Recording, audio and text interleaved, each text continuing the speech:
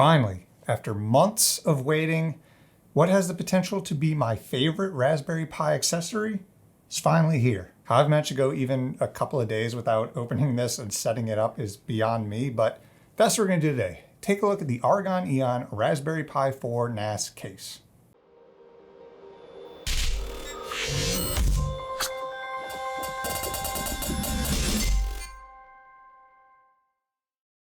So this is it. This is the Argon EON Raspberry Pi 4 NAS case. And I did open it just to take a peek at what's in it, but I haven't opened it and set it up or done anything with it. So this is going to be essentially a live review of what it is. It is the same people who make my favorite regular Raspberry Pi case, the Argon ONE. And I backed this off of Kickstarter on September 14th of 2021, and this arrived on my doorstep February 1st, 2022. So over 4 months of waiting, I'm finally happy to get it in my hands, but I did pay $150 for this. I don't know when they plan on selling this retail. If you're watching this later and it already is up for retail, neat. But as of right now, I don't think they are selling it just yet. So yeah, like I said, this is a Pi 4 BYO NAS is how they list it, basically saying you bring your own operating system and hard drives. They supply the case to have everything set up and configured. Okay, a couple boxes. So this is it. It is made out of aluminum. It feels really, really nice, just like the Argon ONE. I expected nothing less.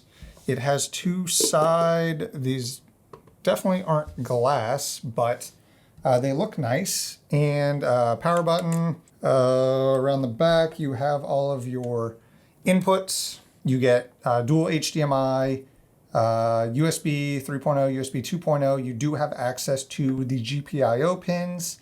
And one of the major benefits of this is that you only need one power adapter, which is included, I hope. I assume that's what this is. Yes. So yeah, about this, you can store 4 hard drives in it. The weird thing about it though is that 2 of them can be 3.5 inch while the other 2 can only be 2.5 inch, or you could go with 4 2.5 inch drives.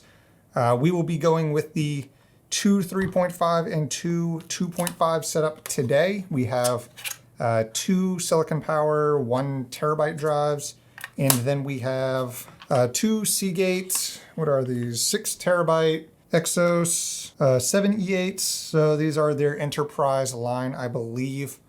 But yeah, that's the setup we're going to go with. So let's open this up, take a look at how we go about setting this up. Probably need some screwdrivers. Okay. Oh, and by the way, I'm using a Raspberry Pi 4 Model B. I believe this is a 4 gigabyte version. Yes, I know it is frustrating right now for a lot of people because the Raspberry Pi itself is extremely hard to find. I know it's frustrating. I waited for about 3 or so months to snag this one. So I know your pain, trust me.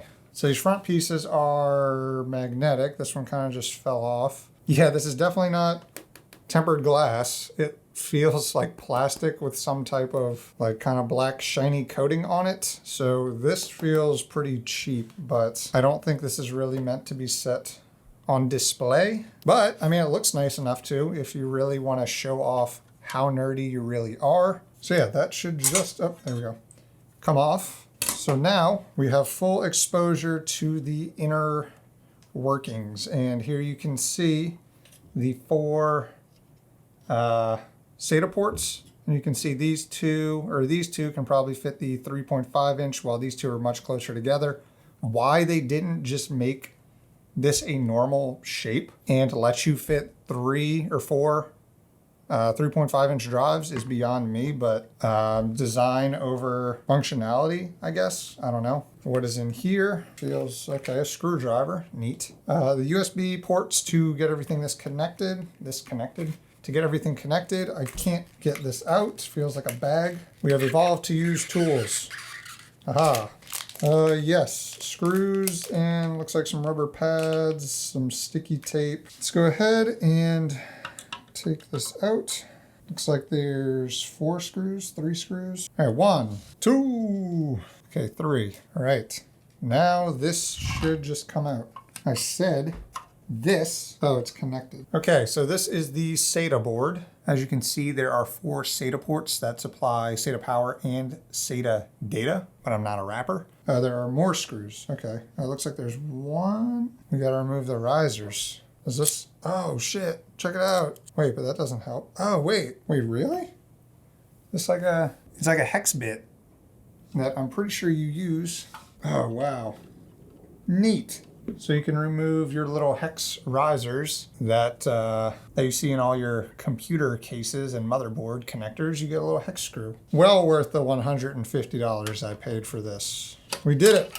Now we just plug in the sister board, which breaks out our audio. Looks like HDMI. What else? So we have audio, HDMI, and that looks like pretty much it. So yeah, that just goes in.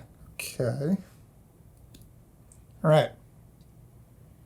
Step 1. Okay, so the idea of this is to use Open Media Vault as your NAS operating system. You can use whatever you want, obviously, but I've personally used Open Media Vault on a Raspberry Pi before, and it works really well. So wait, what? Oh, that is wild. So I already have the SSD loaded onto here, but there's actually an extension ribbon right here. So this goes into the back of the Raspberry Pi 4, and then it connects to an output over here, which is pretty neat. Oh, another problem. So I have these heat sinks installed, and it does not like that. So I have to take these off because they do have built-in metal pieces that act as a heat sink for your CPU and VRM. Oh, shit. That's not good.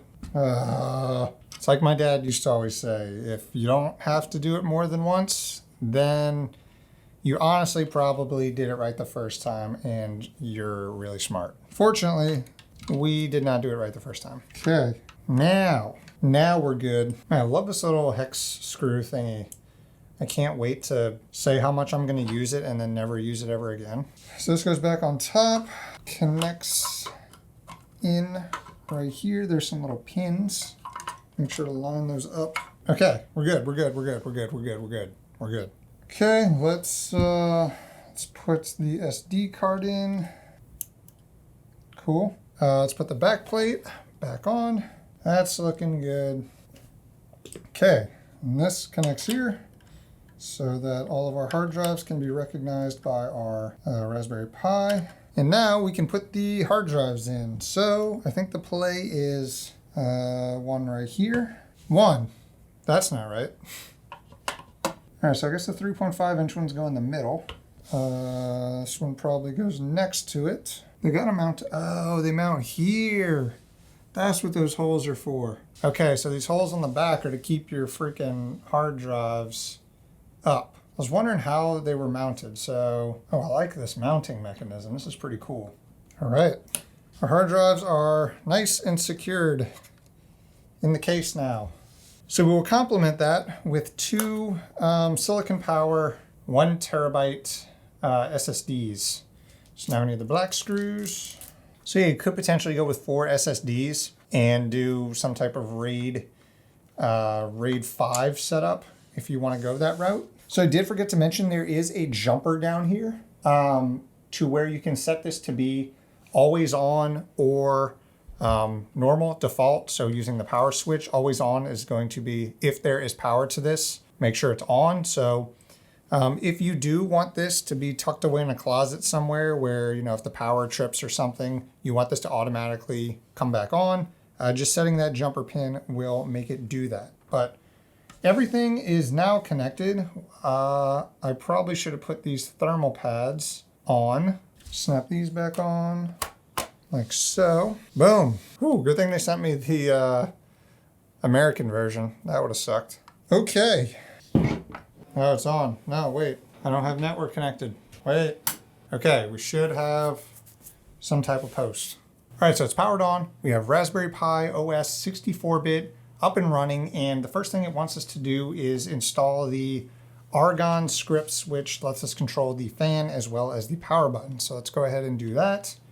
Curl https argon.sh bash. Okay, so now you can use Argon config, and this will let you change things like the fan, the IR controller, real-time clock. Another thing I didn't mention is that this does have a real-time clock in it, so it can handle waking from sleep and automatic tasks based on what time of the day it is. You can configure the OLED, which is built into this power button, and you can see here, we'll get a better shot of it later. But the power button is also an OLED panel, which can display stats and other stuff. The next step is to get everything updated. So we're gonna go ahead and do that now. And then once this is done, we are going to download Open Media Vault. And luckily, it's a one-line download and installation thanks to the fine folks over at Open Media Vault. No such file or directory. What did I miss? Okay, I'm dumb. I just literally wasn't entering it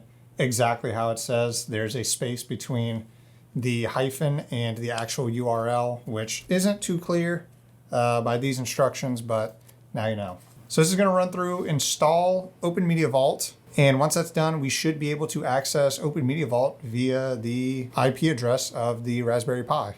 All right, it's done installing Open Media Vault. It took about 15 or so minutes. So saying the IP address is 10.0.0.30. So if we go to that, we should be in Open Media Vault, which we are. I have logged in. The default is admin for the user and Open Media Vault for the password.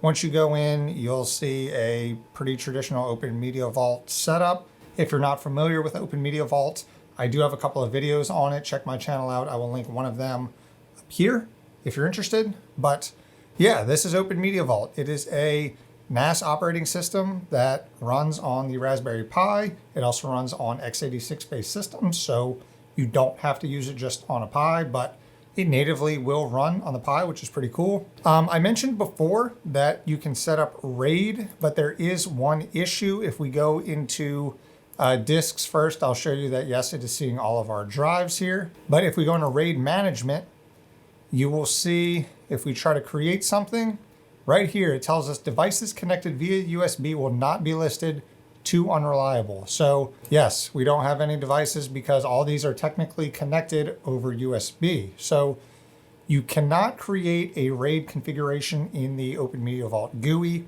You can though create your own using MDA DM. It's like a tongue twister every time for me, but you can go in and do that. I will link the guide I use down below if you want to set up your own personal RAID.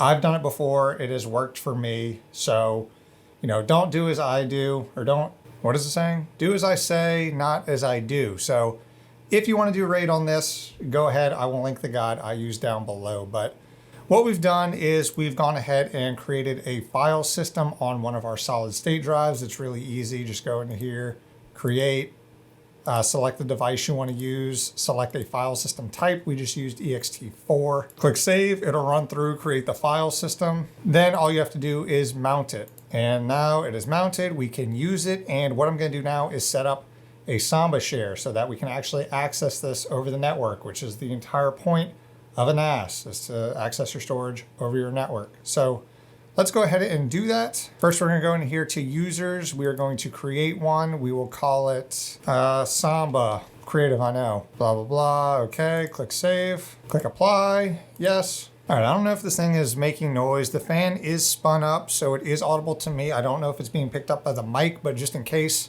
I'm going to move this to the ground. There you go. So now we'll go into services, down to SMB/CIFS, settings, and we're going to enable it. Click save, then back to SMB/CIFS, go to shares, create, and it's going to ask for a folder, and we don't have one yet, so we're going to create one. We'll give it a name. We'll call this Pi Share, and it's going to ask for a file system. We created one before. Here it is. Relative path. You can specify if you want a specific path on the file system here. By default, it will just name it based on the name you provided before. Click save, apply, yes. So while this is running, let's take a look at how much power is being used.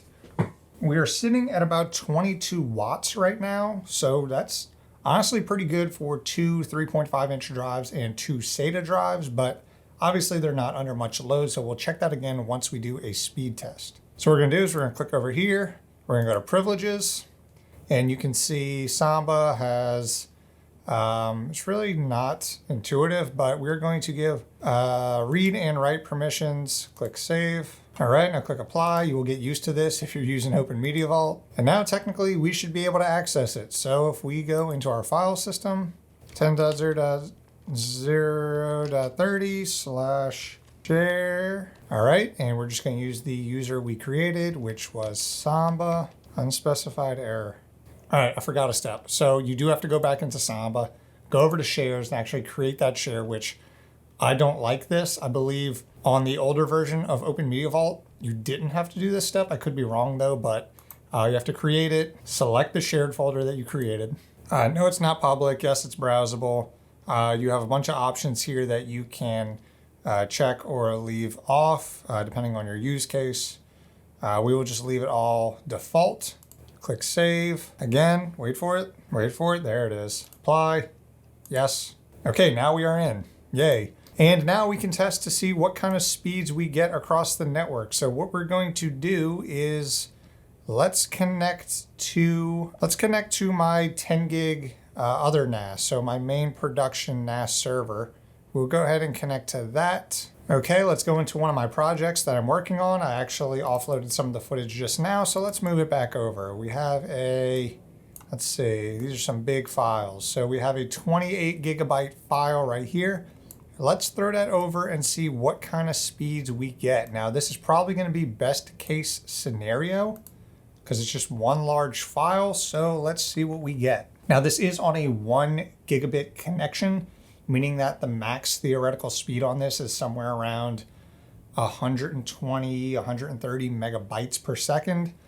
And we are getting 1 right now. I know it jumps up and down depending on your configuration and the files you are moving, but okay, so you can see we are having some kind of issue.